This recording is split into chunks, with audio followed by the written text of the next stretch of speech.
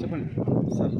ఈరోజు ఉదయం 4:30 నుంచి 4:45 ఆ ప్రాంతంలో బిస్మిల్లా ట్రావెల్స్ సంబంధించిన ప్రైవేట్ ట్రావెల్స్ బస్సు హైదరాబాద్ నుంచి ఆదోని వస్తుంటే కొడుమూరుకు 2 కిలోమీటర్ల అవతల కట్టలైంది. దీంట్లో టోటల్ 29 ప్యాసింజర్స్ ఉంటే ఇద్దరు అమ్మాయిలు చనిపోవడం జరిగింది. ఒక అమ్మాయి పేరు వచ్చి లక్ష్మి అని 13 ఏళ్ళు, గోవర్ధన్ 8 ఏళ్ళ ఇద్దరు అమ్మాయిలు చనిపోయినారు. మిగతాలందరికీ హఠాహుటిన ఆమెను పిలిపించి వాళ్ళకు కర్నూలు గవర్నమెంట్ హాస్పిటల్కు షిఫ్ట్ జరిగింది. అందరూ ఆదోని చుట్టుపక్కల యమగనూరు ఆ ప్రాంతంలో ఉండేవాళ్ళు.